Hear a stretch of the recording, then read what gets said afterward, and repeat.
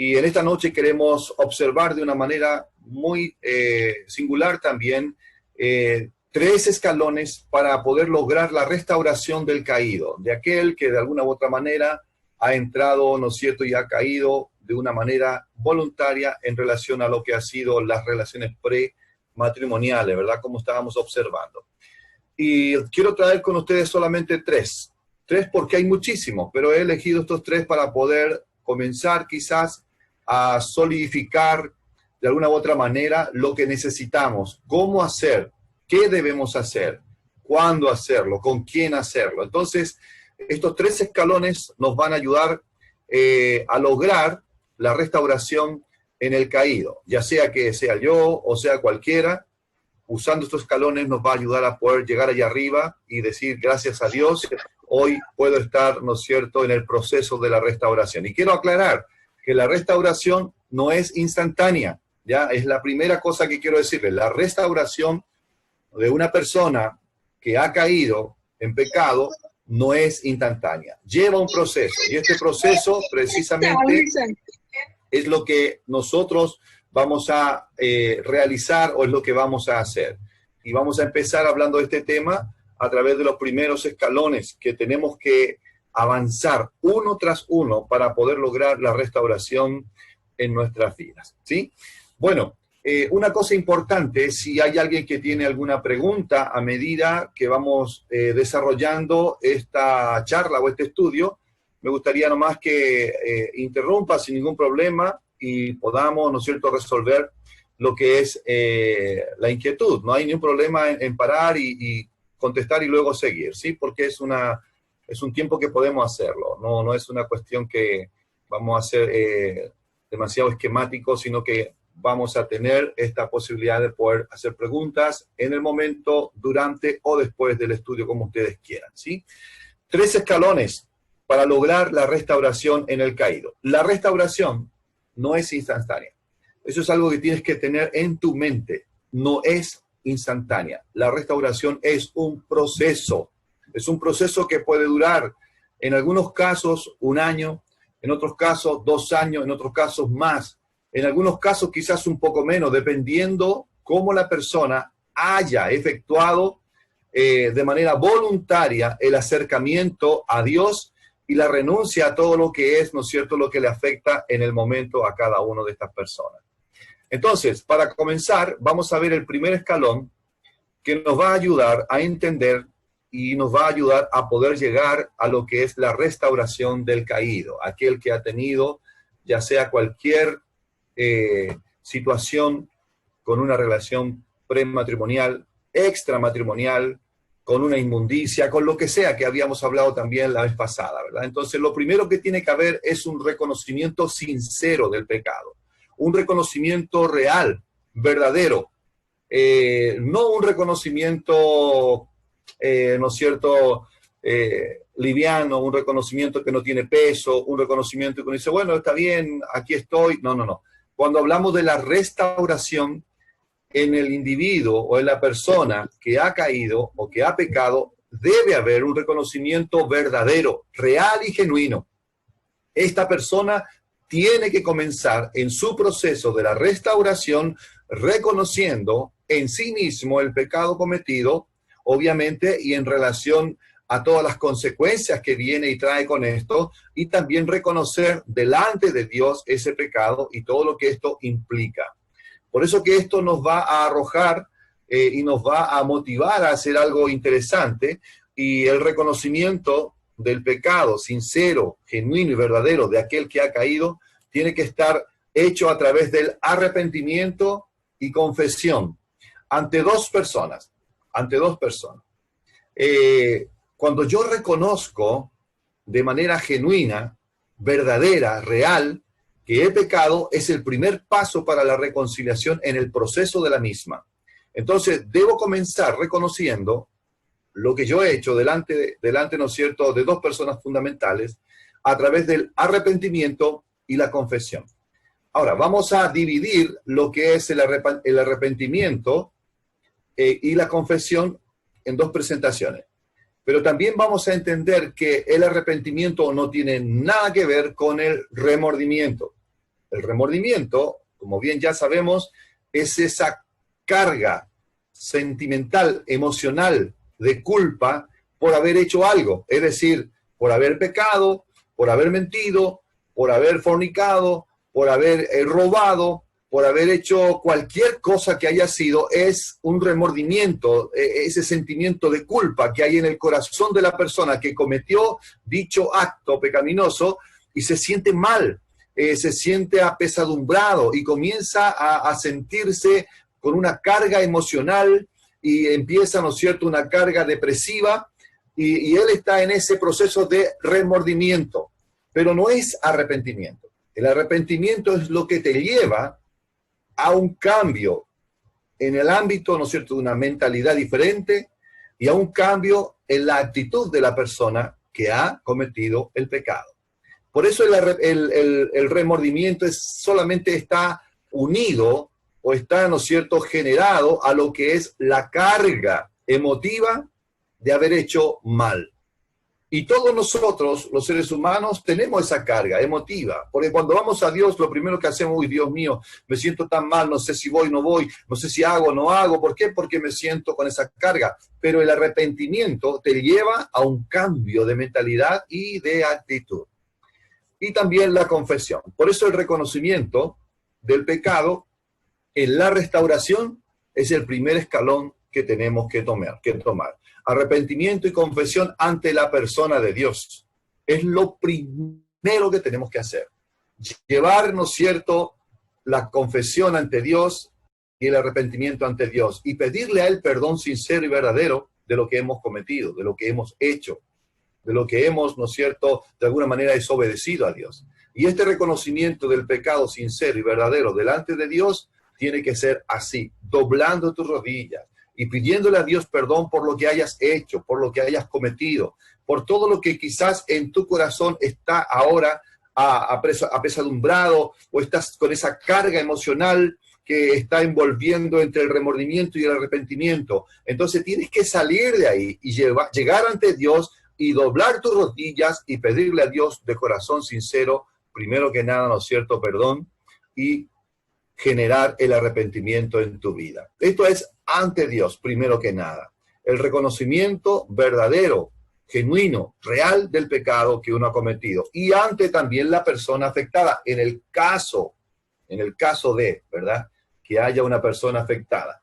Hay inmundicias, hay pornografía, hay pecaminosidad, hay lujuria, hay fornicación, hay adulterio, entre otras muchas cosas que se puedan nombrar en relación a lo que es el pecado, ¿no es cierto?, de las relaciones sexuales o de las inmoralidades que el hombre actualmente está cometiendo. Entonces, si está afectada una persona, también tiene que haber ese arrepentimiento hacia la persona afectada y la confesión del pecado hacia la persona afectada. ¿A qué me refiero? Muchas personas que han cometido fornicación han llegado a un punto en que han reconocido el pecado delante de Dios. Ambas personas que han cometido el pecado lo han reconocido delante de Dios y luego se han por llamarlo así, gestionado un voto de silencio secretamente entre ellos y han llegado a tener una actitud, ¿no es cierto?, de separación a lo que son los ministerios, a lo que son las reuniones fundamentales y extraordinarias como la Cena del Señor y a otras cosas. Y ellos mismos han autogestionado podríamos llamarlo una autodisciplina. Y después con el tiempo da a luz el pecado y han venido, ¿no es cierto?, y se han dado cuenta que ya no pueden ocultarlo y han estado viviendo una vida pecaminosa, aun cuando han confesado a Dios, pero se han mantenido en un procedimiento de fornicación en silencio, bajo un voto de silencio entre ellos dos, que no digan nada, que no comuniquen nada y que no se anuncie a nadie nada. Eso no es un reconocimiento del pecado genuino. No. La palabra del Señor dice para que teman, para que teman. Es decir, cuando hay una persona afectada con relación a lo que es una relación sexual pecaminosa, fuera del matrimonio, prematrimonial, y hay afectada a una persona, tiene que haber una confesión a esa persona y tiene que haber un arrepentimiento. Y luego ambos tienen que venir ante las autoridades, dependiendo del círculo del pecado que hayan cometido y afectado a las personas, es el círculo de la confesión en ese contexto. Si estas personas que han cometido este pecado, ya sea de una relación prematrimonial, hablando de la fornicación, se mantienen en una conducta pecaminosa y piden a Dios perdón y están en esa conducta pecaminosa, la palabra de Dios menciona y es una porción significativa. ¿Por qué? Porque cuando uno confiesa los pecados, para alcanzar misericordia hay que no solo confesar, sino que también hay que apartarse de este pecado. Por eso cuando hablamos del reconocimiento como el primer escalón para llegar a lo que es la restauración de la persona que ha pecado, el primer escalón es el reconocimiento del pecado, pero genuino, un reconocimiento verdadero, que lleve a quebrar tu corazón, que lleve a quebrantar tu alma, de tal manera de que tú puedas ir de rodillas delante de Dios, también delante de la persona afectada y del círculo a lo cual ha alcanzado el pecado de dicha persona o de dicha pareja.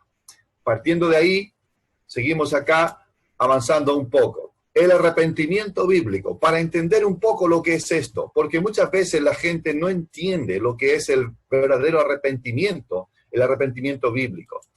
Esta lámina es una de las láminas preferidas para poder explicar lo que es el arrepentimiento bíblico en relación al proceso de la restauración. Es decir, el paso del reconocimiento del pecado, de la persona que ha pecado, tiene que tener arrepentimiento. Y esto es un cambio de mente. Y mira lo que dice, y de corazón, con respecto al pecado y a Dios. Está hablando siempre de una manera paralela, lo cual lleva al hombre a un cambio de dirección, propósito y un estilo de vida. Ahí abajo hay una frase interesante también, dice, no es solo un ajuste mental, es una revolución de corazón y libertad de la esclavitud del pecado, que como fruto de esa revolución del corazón y libertad de la esclavitud del pecado, ahora es un andar en una nueva vida. Entonces, ¿qué queremos decir con esto? Que el proceso para llegar a la restauración de la persona que ha caído tiene que comenzar con un reconocimiento genuino del pecado que ha cometido. No se trata de llegar ahí a la iglesia y decir, a ver, atención, atención, atención hermanos, pongan atención, quiero decirles que yo soy un flor de fornicario, forniqué, así que ya saben, están informados, gracias, y te sientas. Eso no es arrepentimiento. Eso no es llegar y confesar. Tú no tienes que informar, tienes que confesar a Dios lo que has hecho, lo que cometiste. Y una vez hecho eso, el Señor te va a dar la fuerza para poder lograr el arrepentimiento. El cambio de mente y corazón. Cuando hablamos de mente y corazón, no son cosas separadas en el contexto del arrepentimiento. Me explico. La mente, de alguna u otra manera, está conectada con el alma. El alma es el asentamiento de las emociones y la voluntad. Es decir, que cuando tú te das cuenta, como dice la Escritura, que el Espíritu Santo vino para convencer de justicia, de juicio y de pecado al hombre, de convencer, es decir, te hace entender y te hace comprender de que tú estás perdido, de que tú no tienes ninguna otra solución para llegar al cielo sino a través de Cristo, y que Dios es justo para mandarte al infierno si Él lo quiere así, porque tú has pecado. Entonces tú entiendes con tu mente, lo comprendes con tu mente, y llega un punto de vista en que entiendes tan bien que tomas una decisión. En el contexto de la salvación, tomas una decisión de creer en Cristo o tomas una decisión de no creer en Cristo. Pero la obra del Espíritu Santo fue hecha igual, es decir, el Espíritu Santo obró para convencerte de que eres una persona pecadora. ¿Por qué pongo este ejemplo? Porque cuando hablamos del arrepentimiento, estamos hablando de tanto la mente y el corazón conectado. Es decir, tu mente llega a entender, llegas a comprender perfectamente lo que has hecho. Llegas a comprender perfectamente a quién has lastimado. llegas a comprender perfectamente cuánto dolor has causado, llegas a entender perfectamente hasta dónde te has empavonado con el pecado y el barro de la inmundicia, de la lujuria, de la pornografía, de todo lo que es las relaciones prematrimoniales y aún peor, más allá, relaciones, ¿no es cierto?, extramatrimoniales, y te das cuenta hasta dónde has caído. Entonces tu mente lo logra entender, y cuando lo logras, lo digieres de alguna u otra manera, llega a tus entrañas, a tus sentimientos y emociones que te llevan a un cambio absoluto de dirección. Es decir, he causado tanto dolor con esto, he causado tanto sufrimiento con esto, que ya basta con esto, basta.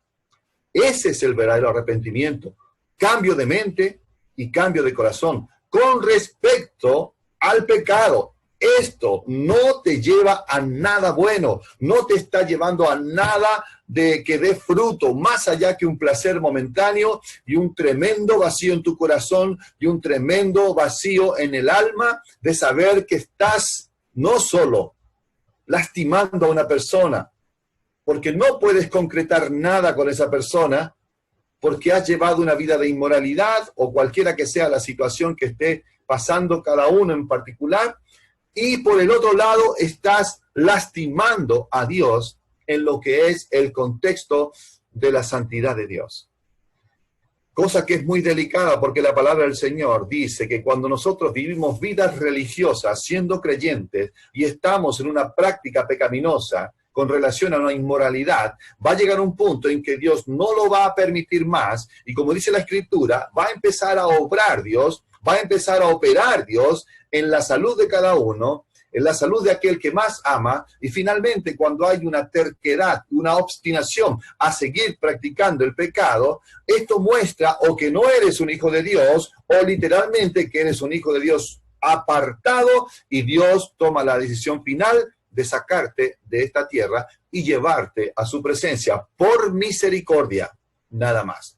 Como lo dice en el libro de 1 Corintios, en el contexto de la Cena del Señor, capítulo 11, versículo 30, donde habla que hay muchos que están enfermos, otros que están heridos en el sentido de dañados físicamente, y otros ya duermen, haciendo alusión no al descanso físico, sino a la muerte por consecuencia de haber procedido en pecado en la Cena del Señor.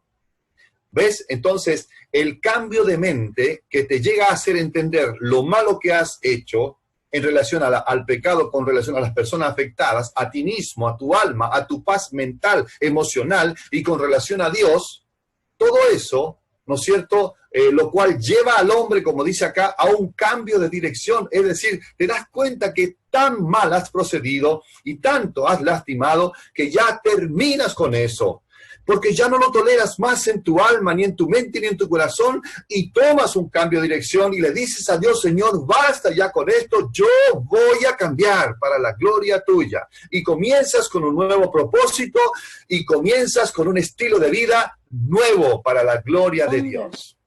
Para la gloria de Dios. Por eso que es importante, cuando hablamos del proceso de la restauración en la vida del caído, lo primero que tiene que haber es un reconocimiento genuino, verdadero, con relación al pecado. Es decir, yo he pecado y merezco esto y aquello, ¿sí? Entonces eso es lo primero. Ahora mira, el Salmo 51:10, mira el tenor de lo que hizo el salmista. Esto está en el contexto del pecado de David, el contexto de lo que hizo David. David fue un mentiroso, ¿verdad?, engañando a Urías Eteo, luego terminó siendo un asesino, matando a Urías Eteo, luego terminó siendo un adúltero, aparte de haber sido lujurioso, de haber deseado, desde el balcón, dice la Escritura, miró y deseó lujuriosamente a Betsabé y terminó tomándola de manera impropia. Y a pesar del abuso de poder, como él lo hizo, siendo el rey lo que era, la Escritura, ¿no es cierto?, igual obró en él de una manera especial Dios, y Dios también le dio las consecuencias debido a su extravío y a su pecado. Posteriormente a eso, el salmista dice así, David escribe y pone así: crea en mí, oh Dios. Y mira la expresión del verbo, crea en mí, oh Dios, un corazón limpio, un corazón limpio. ¿Ves? Ahí tú ves no solo una inclinación de una carga de culpabilidad, de peso por el adulterio, por todo lo que había hecho David, sino que él está pidiendo y clamando a Dios que cree en él un corazón nuevo, un corazón limpio, que le pueda honrar y glorificar a él. Pero esa creación no depende única y exclusivamente de Dios. Dios va a operar por medio del Espíritu Santo para que tú puedas entender, comprender y saber lo malo que estás haciendo en relación a Dios y en relación a las personas, sino que no solo lo vas a entender, sino que vas a tener una motivación de parte de Dios para cambiar de dirección. Por eso el salmista, en el proceso de su arrepentimiento, en el proceso de su reconciliación con Dios, en el proceso de su restauración, el salmista dice: crea en mí, oh Dios, un corazón limpio. Él ya estaba perdonado. Él ya estaba perdonado. Él ya había visto todo lo que estaba sucediendo, pero él estaba clamando a Dios que creara en él. ¿Ves? Eso te muestra a ti de que el salmista no se quedó en lo que había sucedido, sino que siguió buscando cada vez más a Dios para tener esa reconciliación, esa restauración como corresponde. ¿Ves? No es solamente de Dios. Tú tienes que tomar la iniciativa y buscar a Dios cada mañana, cada día, cada momento, orar día tras día, momento tras momento, como el salmista lo dice: oh Jehová, de mañana oirás mi voz.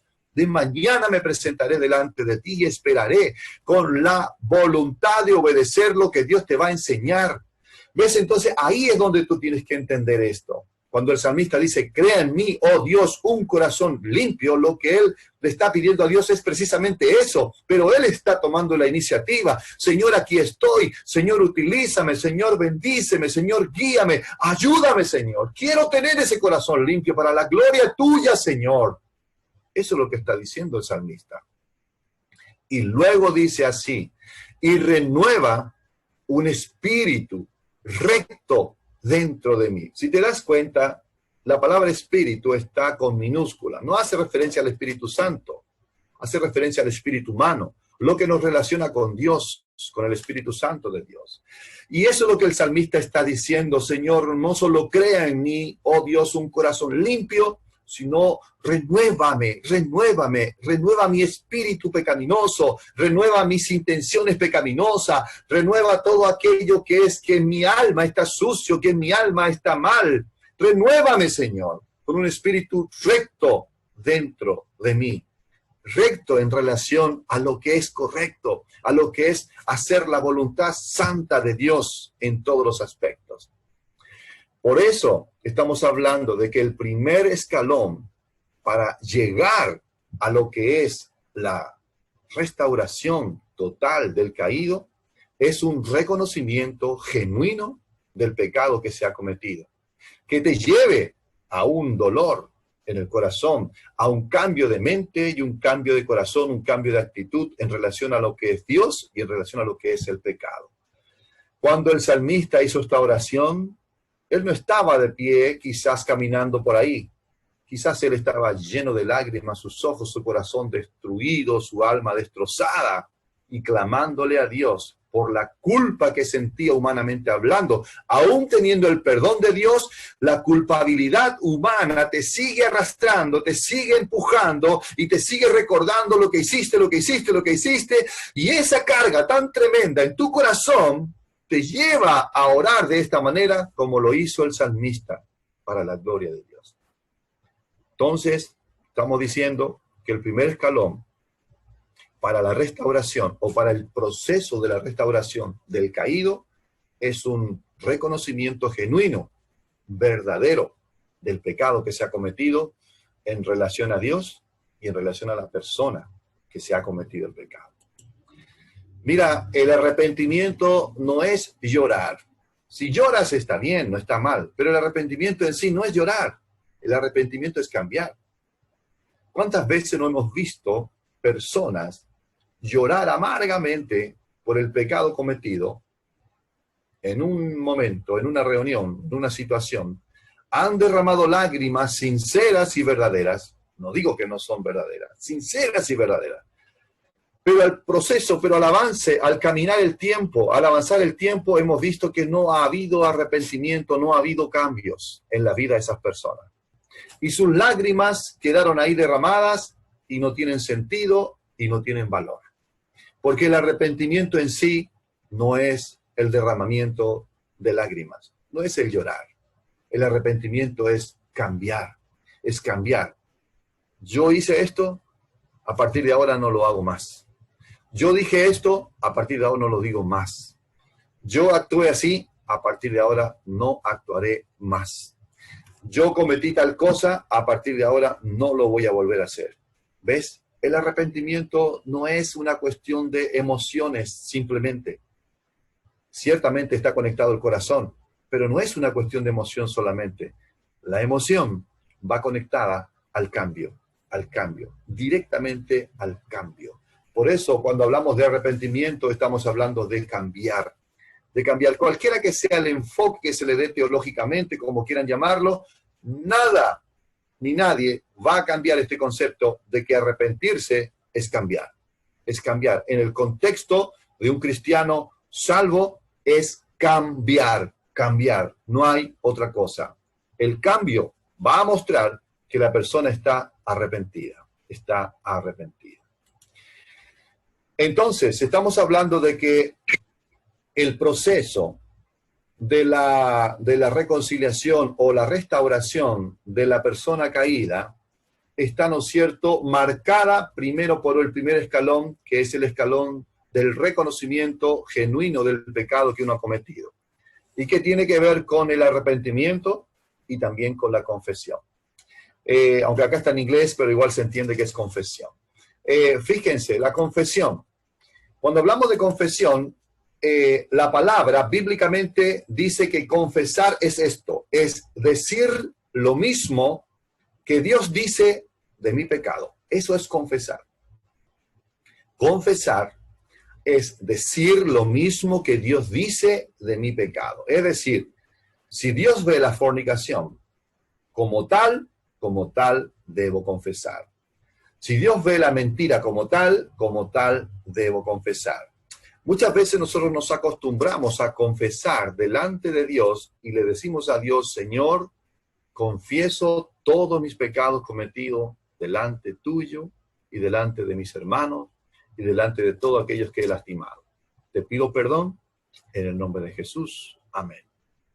Ciertamente esa confesión no está muy lejos de la confesión real, pero la verdadera confesión es decir lo mismo que Dios dice de mi pecado. Es decir, Señor Dios, he pecado fornicando, he hecho esta inmundicia, te he lastimado profundamente en tu corazón y en mi corazón, he lastimado a fulana de tal, he hecho lo que no tenía que hacer, me metí en la lujuria, mirando tipo de pornografía, haciendo este tipo de cuestiones y dando a entender todo lo que realmente es el pecado en sí que cometiste. No estoy hablando de hablar suciedades, no, pero decir lo mismo.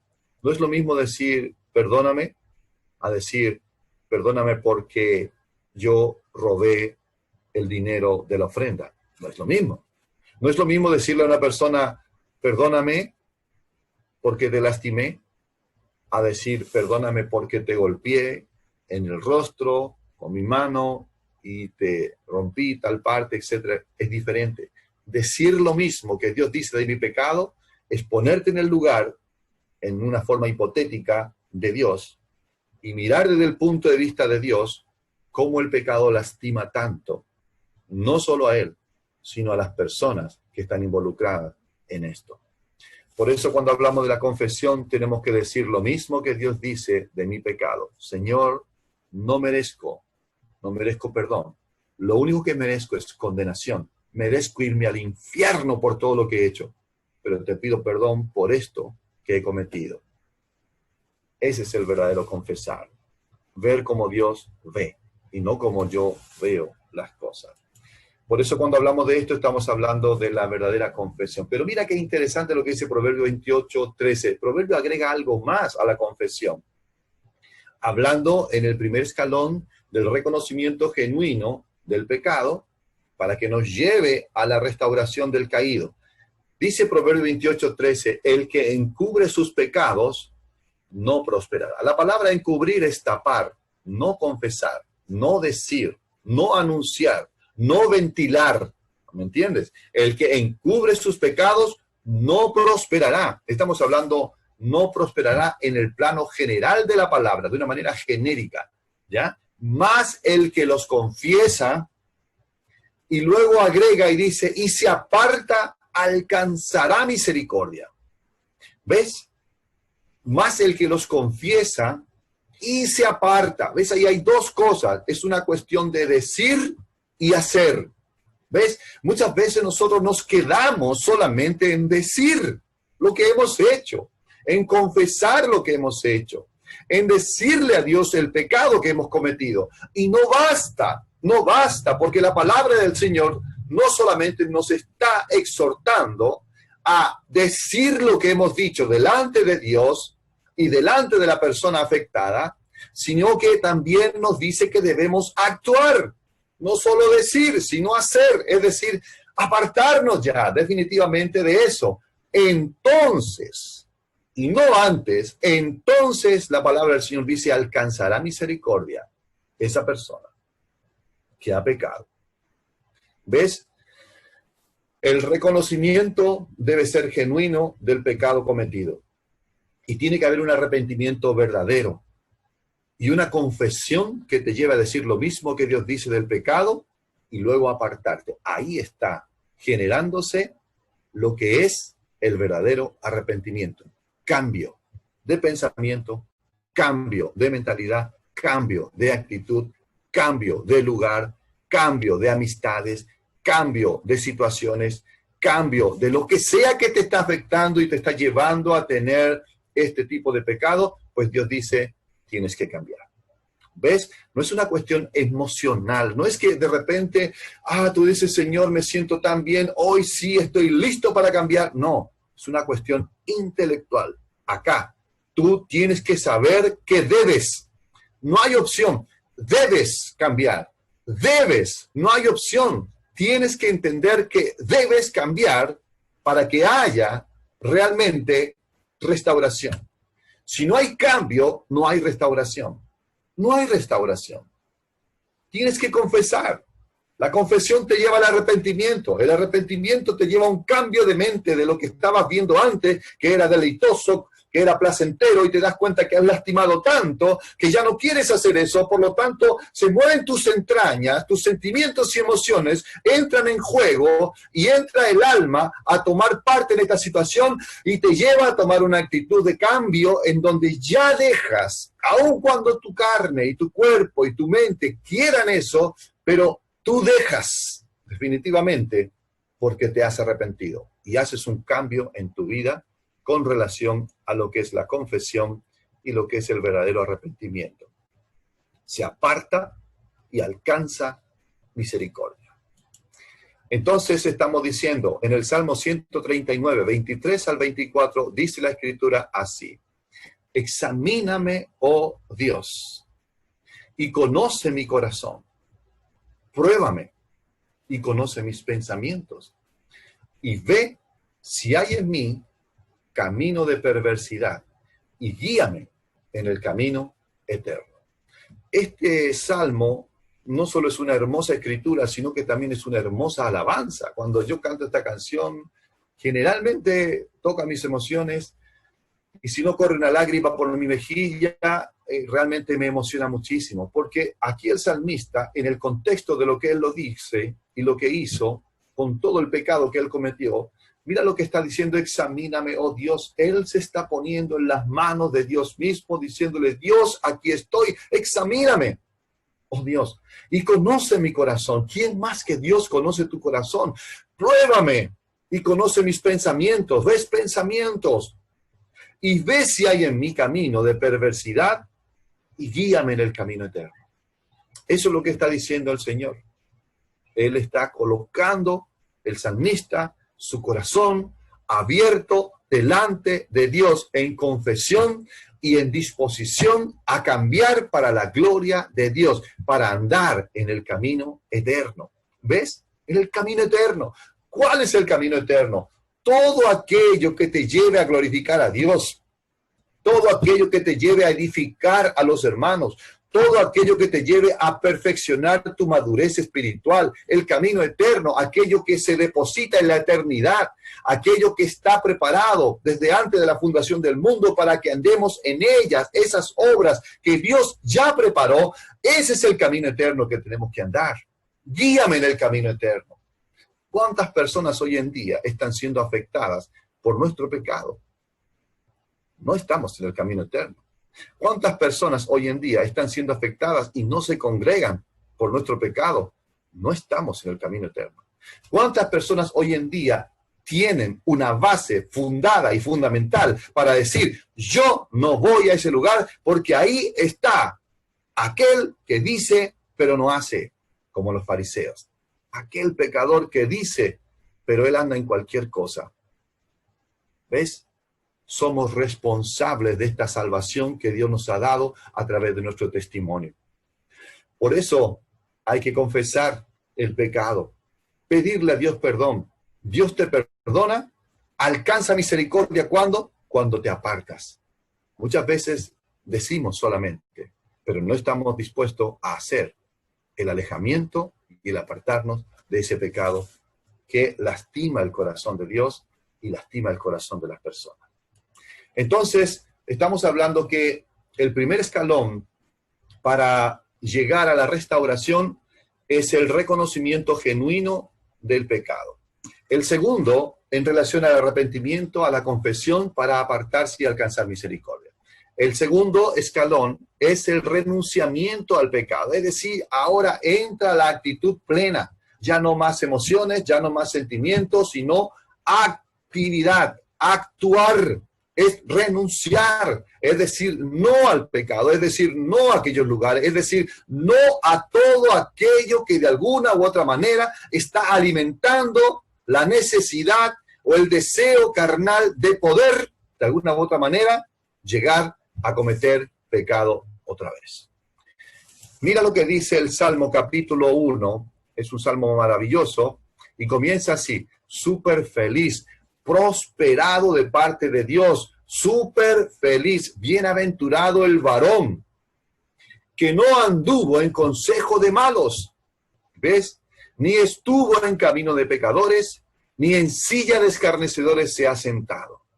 Está hablando, ¿no es cierto?, de tres cosas fundamentales en relación al renunciamiento al pecado.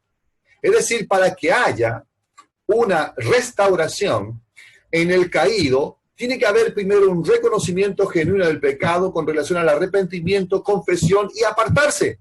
Pero también tiene que haber un renunciamiento al pecado, es decir, desechar, renunciar, dejar, sacarte ya todo eso. En tres aspectos importantes. El primero, en los consejos de pecadores. Hoy en día, el mundo está lleno de consejeros, pero son consejeros pecaminosos. La palabra de Dios dice así, bienaventurado el varón que no anduvo en consejo de malos, consejos de pecadores. Consejos que te dicen, pero no vayas a ser así. Disfruta ahora que sos joven. Cuando seas más viejo no vas a tener la oportunidad que tenés ahora. Ahora sos guapo, ahora eres linda, ahora tienes vitalidad, ahora tienes plata, ahora tienes todo a tu alcance. Haz nomás. Consejo de pecadores. Deja de lado esos principios bíblicos que no sirven para nada. Consejo de pecadores. ¿Para qué le haces caso a tu papá y a tu mamá? Vive tu vida. Consejo de pecadores. No le creas a ese pastor, no le creas a ese anciano, no le creas a ese diácono. ¿Para qué? Haz tu vida. Esos son los consejos de pecadores. Hoy en día en todas partes le llaman a lo bueno malo y a lo malo le llaman bueno. Hoy en día la promiscuidad sexual es parte de la preparación para el matrimonio. Hoy en día la identidad sexual es parte de la ideología actual y la política que se ve a nivel mundial. Hoy en día, si tú andas de la mano con un hombre, no hay problema. Si andas de la mano besándote con una chica, chica y chica, no hay problema. Porque le llaman bueno a lo malo y le llaman malo a lo bueno. Esos consejos están contaminados, viciados por el príncipe de este mundo, que es el mismo Satanás. Consejo de pecadores. Nunca te van a dar consejos sabios, consejos sanos. Por eso renuncia al pecado. Y muchas veces el pecado está en esos consejos que te dan. Quizás muchas cosas que has hecho han sido por un mal consejo que te dieron, que no era un consejo con principios bíblicos, con valores, sino que era un consejo de pecadores. Segundo, la Escritura dice, ni en camino de pecadores. El camino de los pecadores quizás son las juntas, quizás son las amistades, quizás los lugares que visitas, quizás son eventos que te has ido. No sé, son muchas cosas que podríamos hablar. Quizás es ir a probar una discoteca, cristiana entre comillas. Es ir a probar un lugar donde sabes que no van a haber consejos sanos, sino que es un camino que lleva a la maldad, a la promiscuidad, a la inmoralidad, a tantas cosas. Camino de pecadores. El camino de pecadores está manchado con sangre. El camino de pecadores está marcado precisamente con la promiscuidad. El camino de pecadores está marcado con la autosatisfacción. El camino de pecadores está marcado por la pornografía. El camino de pecadores está marcado con todo aquello que es inmundicia y que lastima el carácter santo, puro de Dios. Camino de pecadores. Y también habla, dice, ni en silla de escarnecedores se ha sentado. La comunión de pecadores. ¿Cuántas veces tenemos que luchar nosotros los padres con nuestros hijos para que ellos aprendan a tener buenas amistades, buenos amigos, que aprendan a visitar buenos lugares, que aprendan a recibir buenos consejos? Hoy en día, lamentablemente, es tan liviano lo que es el discipulado, que es tan difícil colocar a un joven que necesita discipulado debajo de una persona que lo discipule, porque ni siquiera esa misma persona está preparada con relación a Dios en su vida espiritual, en su madurez espiritual, y no sabe qué transmitir. Porque lo que hay en su corazón hay consejo de pecadores. Porque lo que hay en su camino son caminos de pecadores. Porque lo que hay en su vida, su comunión, sus amistades, sus lugares, son comunión con pecadores. Y ciertamente, uno es el que toma la decisión. No digo que está mal juntarse con amigos, aun cuando sean inconversos. No digo que está mal. Pero uno es el que toma la decisión en ese lugar de seguir o hacer los consejos, el camino o la comunión de pecadores. Por eso hay que fomentar para el proceso de la restauración del caído un renunciamiento al pecado, que tiene que ver con los consejos de pecadores, con el camino de pecadores y con la comunión de pecadores. Cuidado con eso. La Escritura, ¿no es cierto?, nos motiva y nos desafía a renunciar a eso, a decirle adiós al pecado, renunciar al pecado, renunciar a esas amistades que no te ayudan, renunciar a esos lugares que no son edificantes, renunciar a todo aquello que realmente está afectando tu vida espiritual. Por eso la Escritura nos motiva. Y debemos decirle, como vemos acá, adiós al pecado. Renuncio a todo eso. Y dejar toda esa vida y cambiarla por una vida nueva para la gloria del Señor. Hemos dicho que el proceso de la restauración comienza con un reconocimiento genuino con relación al pecado. Es decir, arrepentimiento, confesión y apartarse del pecado para alcanzar misericordia.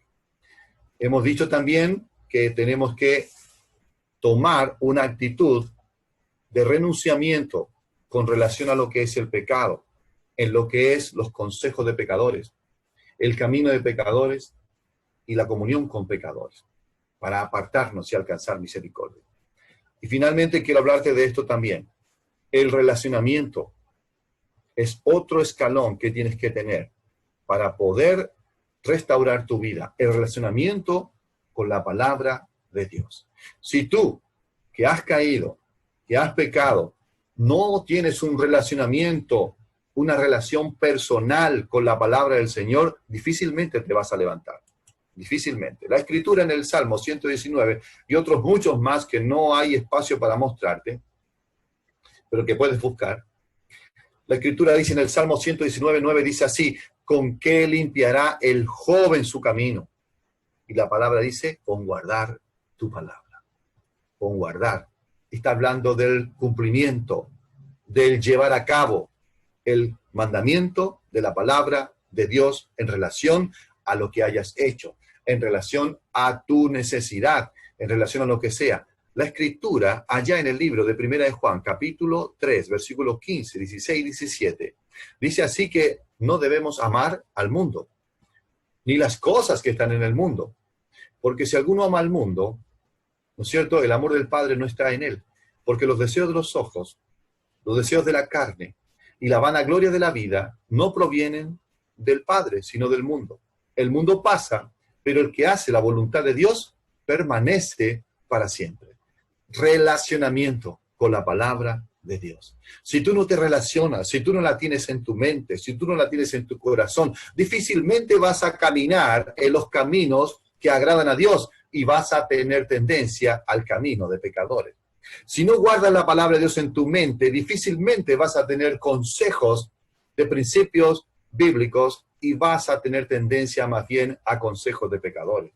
Difícilmente vas a poder vivir una vida en comunión con las personas si no tomas la palabra de Dios para ti, porque de esa forma es lo que Dios quiere, que tomemos la palabra del Señor para poder vivir conforme a lo que ella nos dice. ¿Con qué limpiará el joven su camino? Con el cumplimiento, la aplicación de su palabra en nuestras vidas. Tienes que relacionarte, tienes que tener un relacionamiento con la palabra, una relación diaria con ella. También tienes que tener un relacionamiento con el pueblo de Dios, no solo con la palabra de Dios, sino con el pueblo de Dios, es decir, la iglesia de Cristo, la iglesia de Cristo. Mira la palabra de Dios allá en el Salmo 133, el versículo 1 dice así: mirad cuán bueno y cuán delicioso es habitar los hermanos juntos en armonía. ¿Ves? Esta comunión de los hermanos nos permite, de alguna u otra manera, fortalecer nuestra mente, fortalecer nuestra alma, fortalecer nuestra vida espiritual, fortalecer toda la parte social, humana y todo lo que quieras, y nos ayuda a levantarnos mutuamente. Nos ayuda a levantarnos mutuamente. Y es algo que tienes que hacer si tú estás en el proceso de la restauración. ¿Qué es lo que generalmente se hace? Aislamiento. No me voy más a la iglesia. No me voy más donde está nuestro hermano. No me voy más porque me van a mirar, me van a apuntar, me van a criticar, me van a juzgar, me van a decir un montón de cosas. ¿Qué dice la Escritura? No dejando de congregarnos como algunos tienen por costumbre. ¿Qué dice la Escritura? ¿Quiénes somos nosotros para juzgar al otro? ¿Qué dice la Escritura? No miréis la paja en el ojo ajeno, sino antes bien saca la viga para que veas lo que tienes ahí adentro. ¿Ves? Entonces, ¿quiénes somos nosotros para juzgar a alguien? No somos nadie, porque tanto tú y yo somos pecadores inmundos, somos pecadores que no merecemos la vida eterna, somos pecadores que no merecemos la misericordia de Dios, somos pecadores que no merecemos nada. Lo único que merecemos es la condenación eterna en el infierno, y que gracias a Dios y a su Hijo Jesucristo, hoy en día gozamos de vida eterna y no nos vamos al infierno porque nosotros seamos merecedores o no. No nos vamos al infierno. ¿Sabes por qué? Porque solamente Cristo nos dio la paz con Dios y hoy tenemos paz de Dios y paz con Dios por la muerte de Cristo en la cruz, en el Calvario, dándonos entrada libremente al trono de su gracia y en su presencia, y cuando Él venga por nosotros, ahí mismo, con Él, en el cielo para siempre jamás. ¿Lo merecemos? No. El apóstol Pablo lo mostró de una manera muy particular. Dijo así: doy gracias al que me fortaleció, al que me puso en el ministerio. No siendo nada, lo colocó. No siendo digno, lo colocó. No mereciéndolo, lo colocó. Siendo débil, lo fortaleció. ¿Ves? Doy gracias al que me fortaleció, poniéndome en el ministerio. No siendo digno, a Cristo Jesús. Entonces, ¿quiénes somos nosotros para juzgar a alguien que ha caído? Nadie. Nadie somos nosotros. Lo que tenemos que hacer es levantar al caído.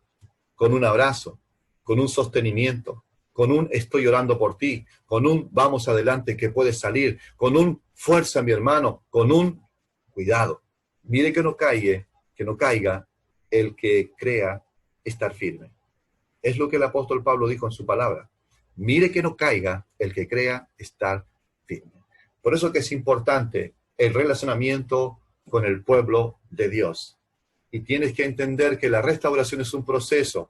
No todos quizás te van a recibir con un abrazo, porque también está la madurez espiritual en diferentes niveles en la iglesia. Pero abraza a aquellos que te abrazan y no escuche a los que quizás te quieran juzgar. Pero tú tienes que estar ahí, en la comunión con los hermanos, no dejando de congregarte. Porque el congregarte te da fuego, te da fortaleza, te anima y te ayuda a levantarte y a poder servir nuevamente al Señor. Un relacionamiento con la palabra de Dios, un relacionamiento con el pueblo de Dios y mira qué interesante, un relacionamiento con el poder de la oración. El poder de la oración. La oración es lo que te va a dar la paz, la tranquilidad, la visión, la orientación, te va a esclarecer todo. La oración te va a ayudar a poder vivir una vida que glorifique a Dios en el proceso de la restauración. Si no estás orando, estás desperdiciando una de las herramientas más poderosas del creyente. Mira lo que dice la Escritura en San Juan 14:13, ya para ir terminando, al 14. Dice así, y todo lo que pidiereis al Padre en mi nombre, lo haré, para que el Padre sea glorificado en el Hijo. Si algo pidieres en mi nombre, yo lo haré. ¿Qué es lo que quieres pedirle a Dios? Él lo va a cumplir. ¿Quieres pedirle paz en tu corazón? Pídele paz. ¿Quieres pedirle gozo en tu corazón? Pídele gozo. ¿O quieres pedirle lo que el salmista le pidió? Pídele lo que el salmista le pidió. Devuélveme el gozo de tu salvación. ¿Sabes lo que estaba pidiendo? Yo, Dios mío, he adulterado, he matado, he mentido, he hecho lo peor de lo peor que un hombre puede hacer. Te pido que devuelvas el gozo de mi salvación. Eso es lo que le estaba pidiendo. He pecado, te pido perdón, pero mi gozo está apagado. Te pido que me devuelvas el gozo de mi salvación. Pídele eso a Dios. ¿Y sabes qué? Dios te lo va a dar. Dios te lo va a dar. Entonces, 3 escalones para lograr la restauración en el caído. Reconocimiento genuino del pecado, renunciamiento al pecado, relacionamiento con la palabra de Dios, el pueblo de Dios y finalmente el poder de la oración. Que el Señor te bendiga, que el Señor les bendiga. Espero que puedan tomar estos pasos para que así puedan llegar a la restauración como así Dios lo desea.